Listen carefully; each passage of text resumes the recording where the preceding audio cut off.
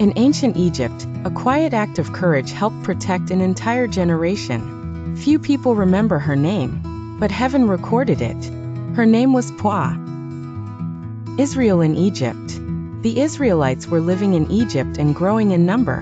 Their increasing population made the Egyptian ruler uneasy. A new Pharaoh came to power. He feared the Israelites might one day rise against Egypt. Oppression begins. Pharaoh forced the Israelites into hard labor, but even under oppression, their numbers continued to grow. A cruel command.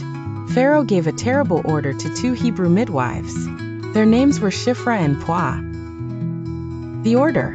Pharaoh commanded them to kill every Hebrew baby boy during childbirth. It was a cruel attempt to weaken the Israelites. A difficult choice. The midwives faced a terrifying decision: obey Pharaoh and destroy innocent lives, or defy the king of Egypt. Fear of God. The Bible tells us that the midwives feared God. They refused to carry out Pharaoh's command.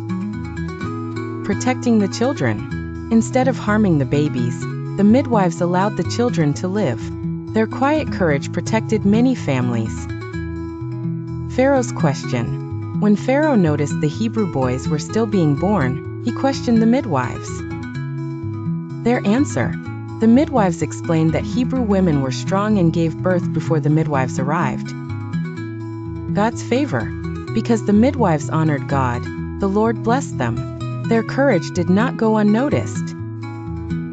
Families of their own. The Bible says God gave the midwives families of their own. Their faithfulness brought blessing. A future deliverer.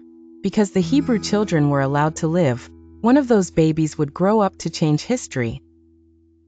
A greater plan. That child would become Moses, the leader who would later deliver Israel from Egypt. Reflection. Puah's story reminds us that even quiet acts of courage can protect generations and become part of God's greater plan.